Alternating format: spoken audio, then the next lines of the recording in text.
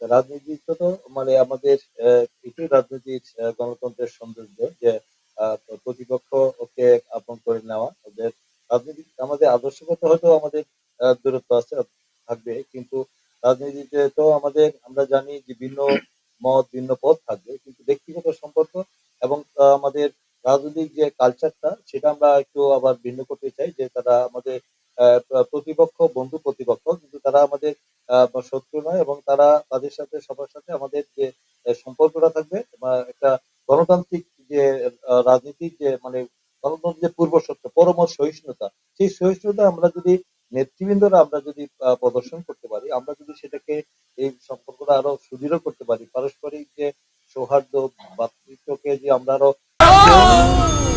ডেন্টিস্টের পরামর্শ নাও নতুন Colgate active salt.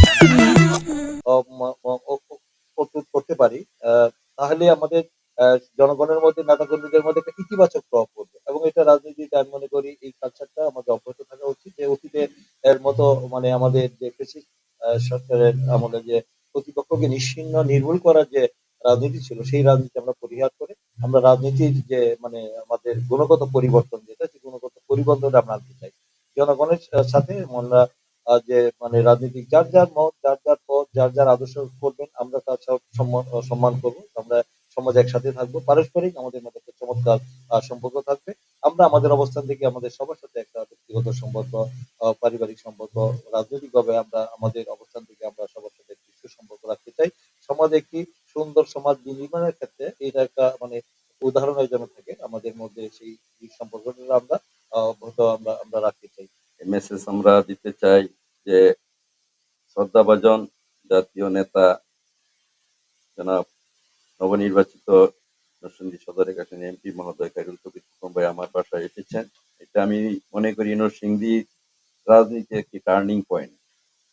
উনি যে মহানুভবতা উদারতা দেখিয়েছেন, আমার বাসায় চলে আসছেন, এই সুযোগটা আমি আগে নিতে চেয়েছিলাম, কিন্তু উনি এখানে খুব বড় মনের পরিচয় দিয়েছে।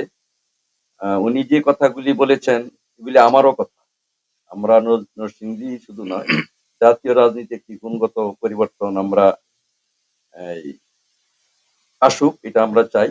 রাজনীতির নামে যে দীর্ঘ স্বাধীনতার পর ৫৪ বছর যে নোংরামি দেখেছি, এই সংস্কৃতি থেকে আমাদের বেরিয়ে আসতে হবে। রাজনীতিতে ভিন্ন মত ভিন্ন মতাদর্শ থাকবেই, এটা রাজনীতির সৌন্দর্য। অন্যের মতকে গ্রহণ করা, শ্রদ্ধার সাথে এটা গ্রহণ করা, এটা রাজনীতির সৌন্দর্য। সবকিছুর সাথে আমি একমত না হতে পারি, এই জন্য আমি কারো প্রতিদ্বন্দ্বী হয়ে যাব না, প্রতিপক্ষ হয়ে যাব না। আজকে আমার কাছে যেটা পজিটিভ হইতে পারে, ২ দিন পরে নেগেটিভ হইতে পারে। এই জন্য খোকন ভাই জাতীয় নেতা হিসাবে উনি যে নরসিংদী আমাদের সদরের এমপি, এটাকে অগ্রাধিকার ভিত্তিতে অবশ্যই দেখবেন। জাতীয়ভাবে এই কালচারটা যেন ধরে রাখা যায়, ওনার অবস্থান থেকে উনি ভূমিকা নেবেন। আমরা নরসিংদী রাজনীতি গুণগত পরিবর্তন চাই। নরসিংদীর সমস্যাগুলি আমি আমাদের ইশতেহারে কথাবার্তায় যেগুলি ট্রেস করেছি, খোকন ভাইয়ের আমরা একই রকমের সমস্যা ট্রেস করি। এগুলি হয়তো রাতারাতি হয়ে যাবে না। আমরা ৫ বছর যদি শান্তিপূর্ণভাবে সরকার পরিচালনা আমরা করতে পারে জনাব তারেক রহমানের নেতৃত্বে, আমাদের বিরোধী দলীয় নেতা আমাদের সম্মানিত আমি ডক্টর শফিকুর রহমান সাহেব, উনি সহযোগিতার হাত প্রশস্ত করে দিবেন বলেছেন।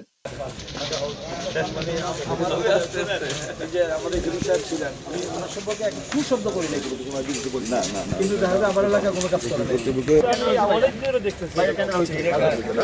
আমি ইউনিয়নে অসুবিধা হইতে বেশি, অসুবিধা